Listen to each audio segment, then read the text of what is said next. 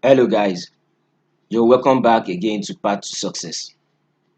At this channel, I share strategies on how you can make much money online, either by getting an online job, by investing, or by trying any money making strategies out there right from your comfort zone. So if you're interested in making money online, don't forget to subscribe to this channel, like this video, and click on the bell notification icon to get fresh updates on how you can do so. In today's video, I will continue from where I stopped in Forex. I will move on to the next topic, which are leverage and short selling. But let's start with leverage first. So, what is leverage? Leverage is the loan you receive from a broker to trade with in order for any transaction you make to have an impact in the market.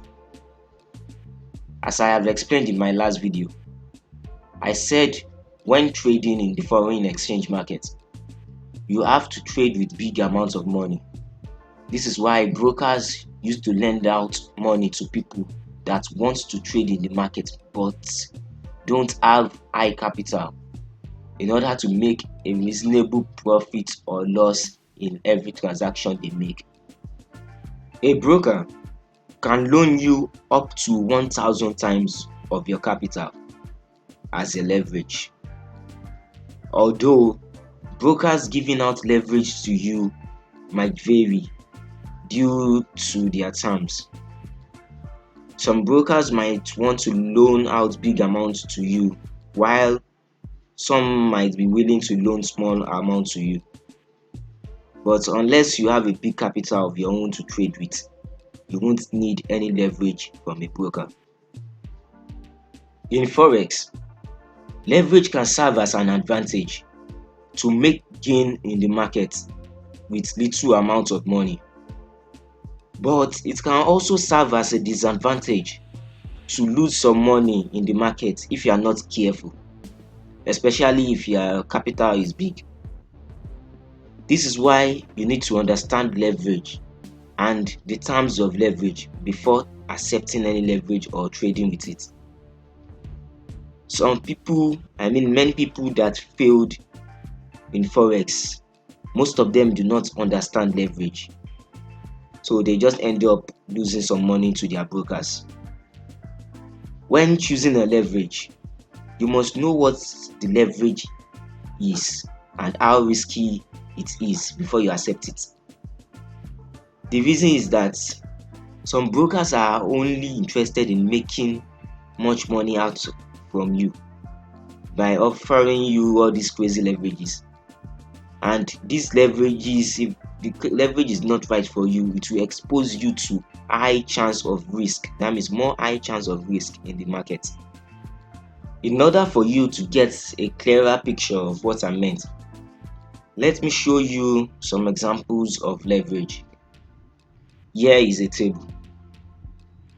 As you can see, we have leverage 1 to 1, leverage 2 to 1, leverage 10 to 1, leverage 50 to 1, 100 to 1, 200 to 1, 400 to 1, 800 to 1, and 1000 to 1. These are common leverages you get from most brokers. So I will explain them to you. Although these are just their range, you can still have like leverage in between these leverage 1 to 1 to leverage 1000 to 1. You can still have like leverage 500 to 1, 300 to 1. These are just the range. So let me move on and explain how they work to you. According to the table, you can see that whenever you are given a leverage, the figure of the leverage will multiply by your actual capital. That is, if you are given a leverage 1 to 1, for instance, this means that leverage 1 will times your capital. In this case, You will only be trading with your capital and you won't be given any loan by your broker, because one times anything is still the same figure. But you have 100% margin in the market to trade with. This type of leverage requires high capital in order for your transactions to reflect in the market. This is the advantage. You have less risk to trade with due to the 100% margin. But this disadvantage is that if you don't have big capital, you can't earn much per each gain you make. For example, if your capital is $1,000 and you want to make a trade volume of $1 per pip movement, before you can get to lose your money, the pip in the market will have to go against you 1,000 times, which is somehow weird. You can't just expect price to just move in one direction in 1,000 times without moving to another direction. Markets don't work like that. So that's why with this leverage, you'll be on the safe side, especially when you have a big capital. Moving to the next one, leverage 2 to 1. This means that leverage 2 times your capital.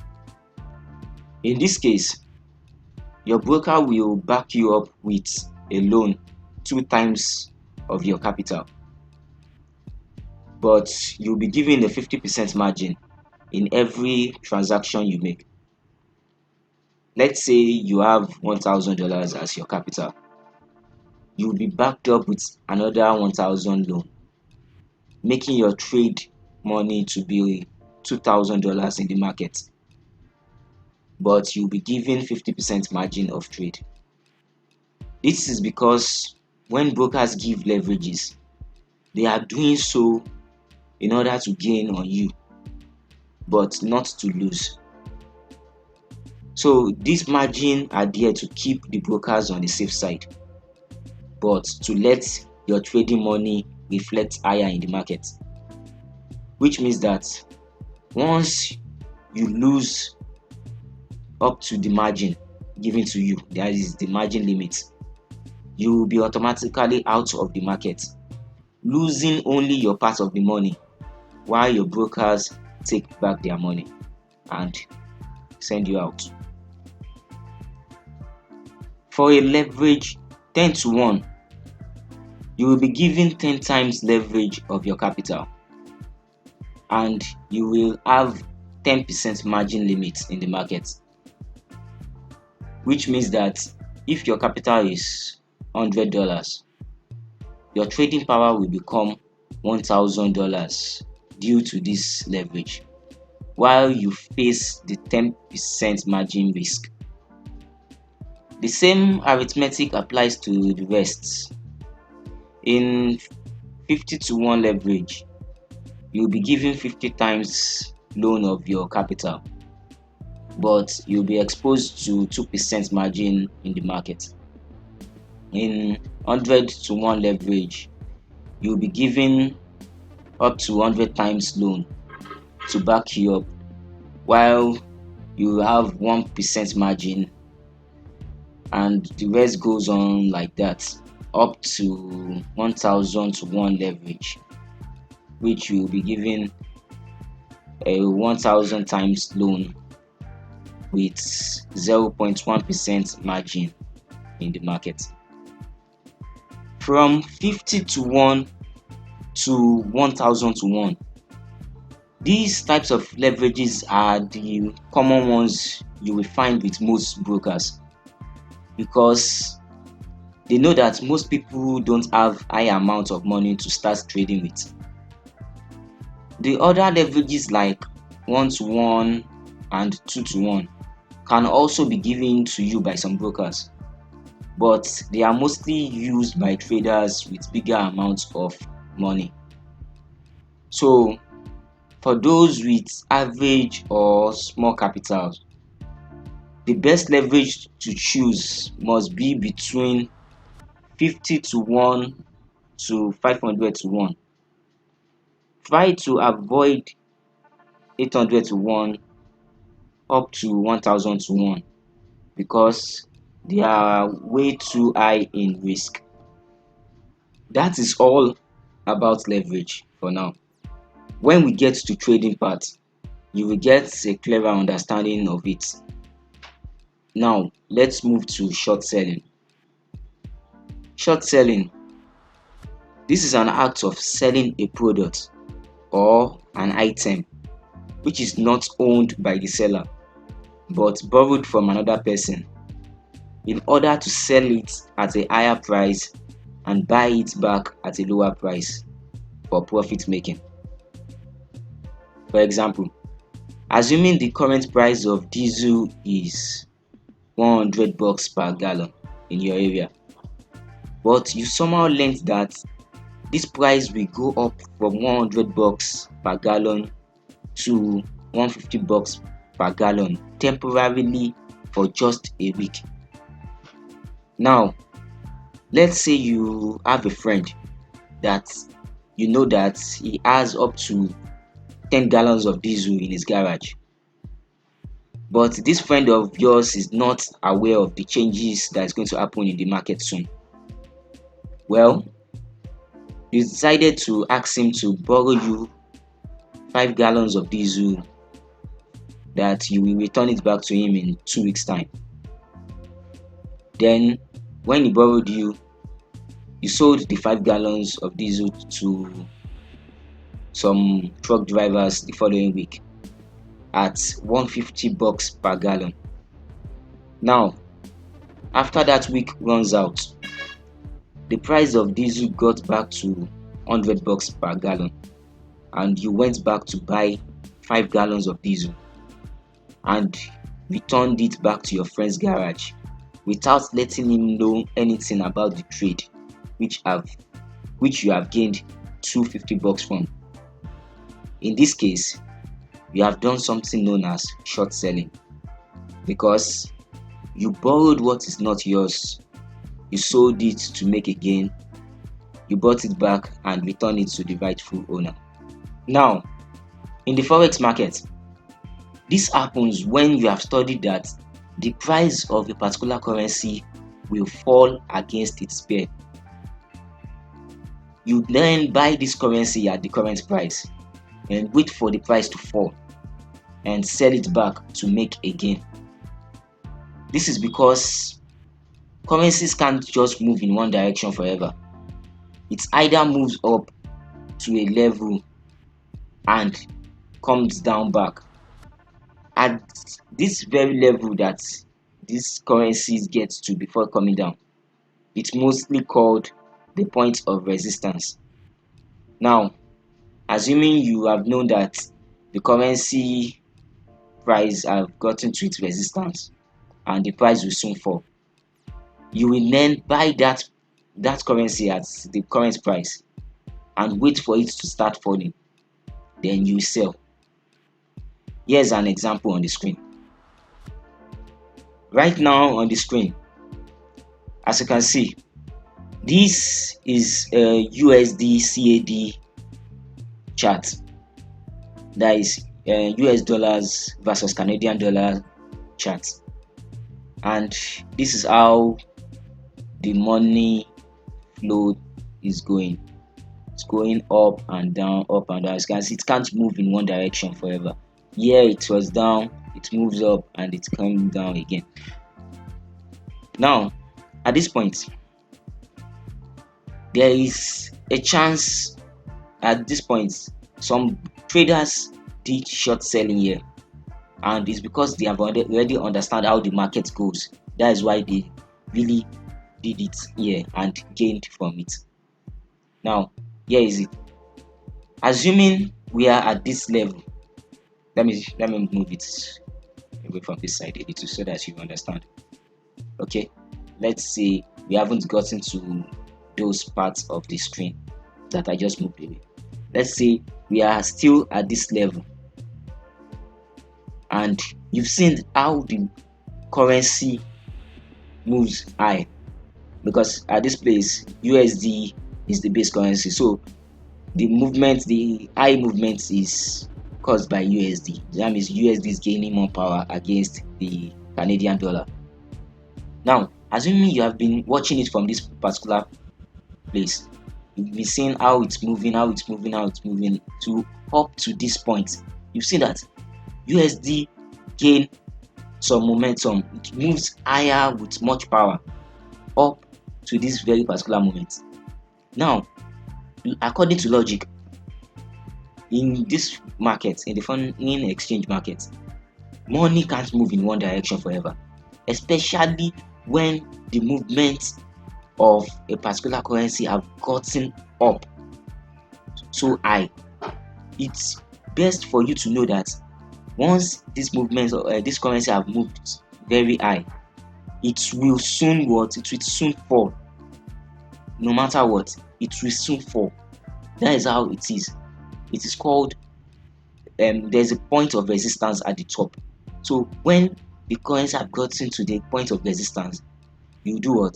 Try to sell this currency at that particular time.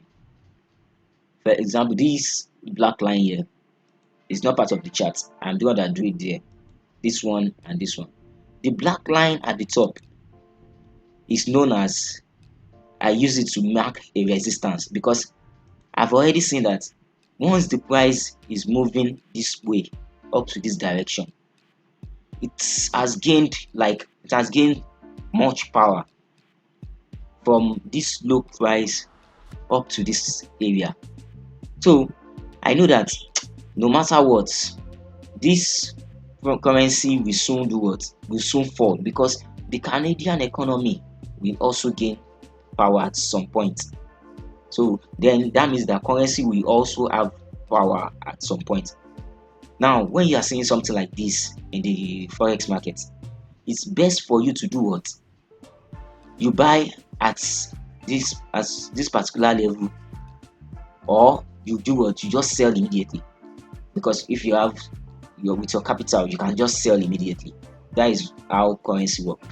But some traders will do what? They will buy from a particular side. Let me say how they are saying that this thing is going up.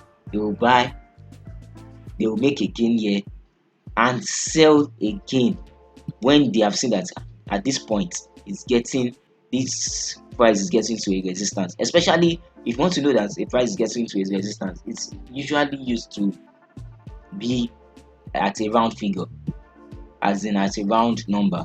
For example, this is, you can say that this is 1.46000. The price of USD rise from 1.34000 here up to 1.46000. At that range, you might be playing safe at each round figure and seeing how the currency is getting strength. But once it gets to a particular round figure and you are seeing that the movement is already going down, because when it gets to this point, at this 1.38 or 1.400, there was a drop in price, but it did not last for long. Now, but when it got to this particular area, there was a drop in price here and here. Immediately, this is ringing a bell that the price is now beginning to fall. Then what are you going to do? You will sell USD against CAD. Then see how it moves. It has gotten to the resistance point here. Then those that sell their USD CAD here, they begin to gain, because the flow of the currency goes all the way down to this particular point. As you can see, you can see that this is how some people used to gain in the foreign exchange market. So that is what they call short selling, because they, like those traders, they are expert traders out there. So they have bought it here, then they sold it back at this point when they have already get that this currency is now falling. They sold it back to gain to gain maximum profits. That is how short selling works in the forex market. So that is all about short selling, and that should be all for now in this video. In my next video, I will talk about technical analysis and fundamental analysis in the forex. This is when things get more interesting. You will start to learn some trading skills in the market and how to use them. Well, that is all for now. Remember to like this video and subscribe to this channel. I will meet you guys in the next video. Until then, I wish you all a great time. Peace.